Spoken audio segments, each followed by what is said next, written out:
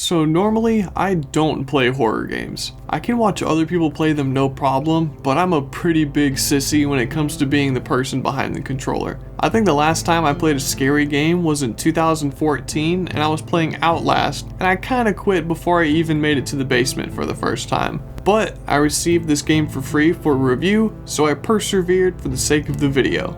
The Dire is a first-person, atmospheric, psychological horror game following Dean Holt, Urbex vlogger, and his latest escapade through an abandoned home. I equate this Urbex thing to being a YouTube vlogger. Dean has found a mansion, long since abandoned after the horrific death of a young high school girl. This game takes place from the perspective of a video camera Dean carries. While this is cool stylistically, I have two issues with it. Firstly, the way the camera feels looking around makes me feel a little nauseous. That slight, barely lagging behind motion that sways slightly when you stop. I'm not sure how to best describe it, but I know I'm not crazy as there are a few negative reviews mentioning this too. Secondly, the flashlight on the camera is so incredibly bright, it gives me a headache. Maybe I spend too much time in the dark in my goblin cave playing and reviewing games, but it's been a long time since something like this gave me a headache. I'm sure you all have heard of Outlast that I mentioned before. In that game, the camera he uses has night vision instead of a flashlight. I can see some possible inspirations the developer might have taken from Outlast, so maybe they tried to avoid a direct copy, but I believe that there's a reason Outlast uses night vision instead of a flashlight. Back to more positive things, since you have the perspective of a camera, you do get the neat visual effect of old TVs, with the faint horizontal lines giving it that old retro feel. It also kind of dates the game, so we know it's not taking place in a super modern time, but it is late enough to where things like YouTube exist. The design of the house you walk through is really good, and it has to be, as if that wasn't well done, you wouldn't get nearly the same feeling as you do when you play this game. It feels like it was properly lived in at some point, but was very quickly abandoned as much of the furniture is still in the house where they would have been used. Dean even comments on this himself. This place is totally old and totally creepy and makes you wonder what could have made the family leave so suddenly, leaving behind pictures, toys, and possibly expensive wooden furniture. During the attempted escape when you're running outside, the overgrown foliage is a nice touch, adding to a sense of tunnel vision and light claustrophobia. When the pathway turns into a labyrinth, the area gets sparsely littered with objects to tell you what direction you came from when you inevitably have to backtrack. You're not given the direction you need to go, but you do have means of finding your bearings so you don't get entirely lost.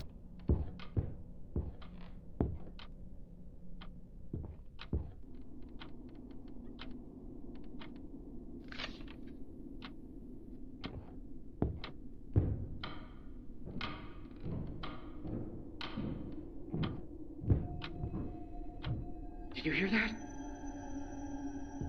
The sound design is another crucial aspect of what makes this game good. The music is low and eerie and oh so creepy walking through the house, and really ramps up to get the heart racing when you're faced with scares. The sound effects are a chef's kiss. The quiet, empty house is filled with only the sound of your footsteps until shit starts to get real. The electricity tends to act strangely in these houses. Yeah. When life seems full of clouds and rain, and I am full of nothing and pain. who soothes my thumping brain? Nobody, never to come.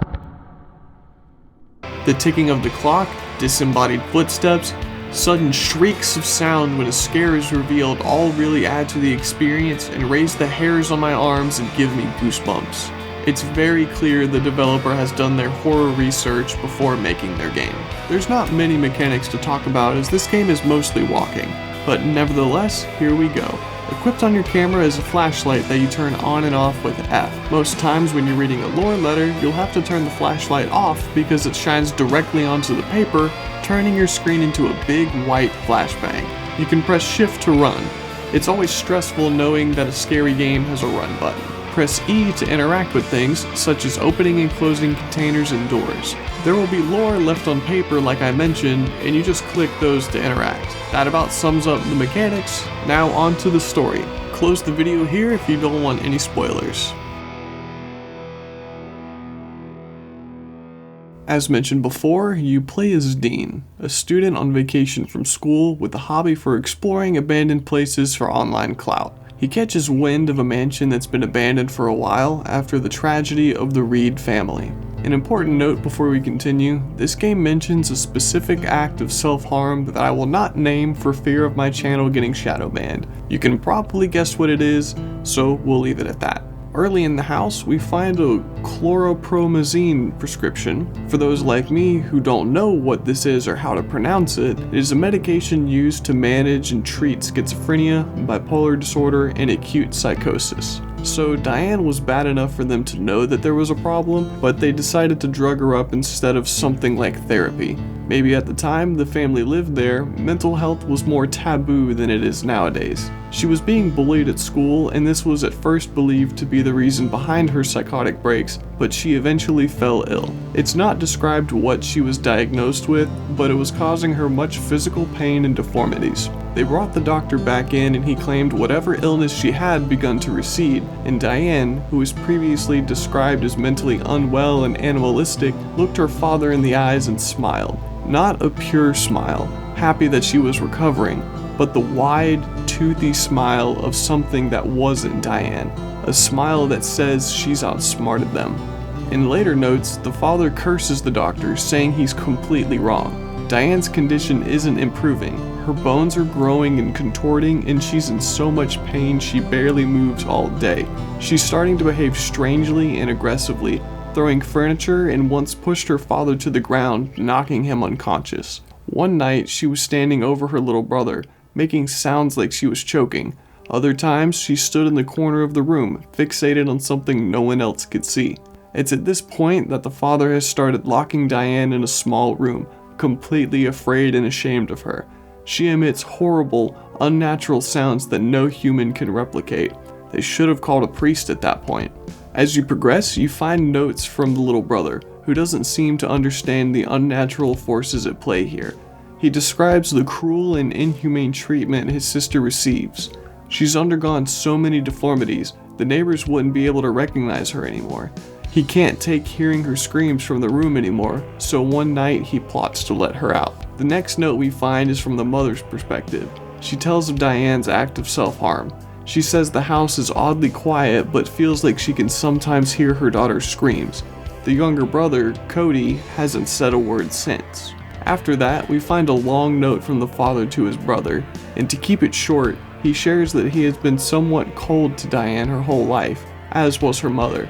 She never felt included in school, and it seems the only person who truly cared for her was her brother. At the time of her passing, he felt no grief. Instead, he felt relieved, as if he had dropped baggage he'd been carrying for years. The next note is again from the mother's perspective, about Cody. He's begun to have psychotic breakdowns of his own, becoming completely silent, and when she tries to break him out of them, he gets physically aggressive. Sometimes he can be heard talking to himself, talking about Diane to seemingly no one. With the key found in the kitchen, we finally unlock the room where Diane was being locked up. Immediately upon entering the room, you hear loud buzzing of flies, and Dean comments on the smell, like something died in here. Other than the fact that she was locked in here, this makes it much more obvious how horrible Diane was being treated. She wasn't allowed to leave to use the bathroom or given anything to clean up after herself. Then we find a note from her, talking about the figure that she sees. She explains she used to be able to hide from him, but now that she's trapped in this small room, she has nowhere else to go, so she sits and stares at him from the opposite corner. It's also in this room that we find a map, giving directions to a hidden basement. Entering this basement, you find 3 dead bodies in body bags, and a radio replaying police reports of their disappearances, until suddenly you hear a voice whisper, "He's in the hallway." I am so sorry. First responders declared her dead at the scene.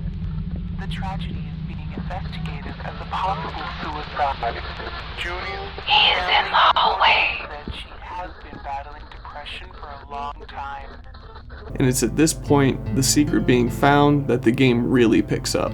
The intense music kicks on, and Dean runs to a locker to hide from whatever is coming, and keeping it quiet as it lumbers past. From this point forward, there are no more notes to be found, only Dean running for his life. Some writing on literally the walls helps Dean break out of the house, and after charging through a seemingly endless labyrinth outside, he makes it to the road. Whatever supernatural force that's taken over this place seems to be limited to the property the house is on, as a figure stands and watches Dean as he gets in his truck and leaves.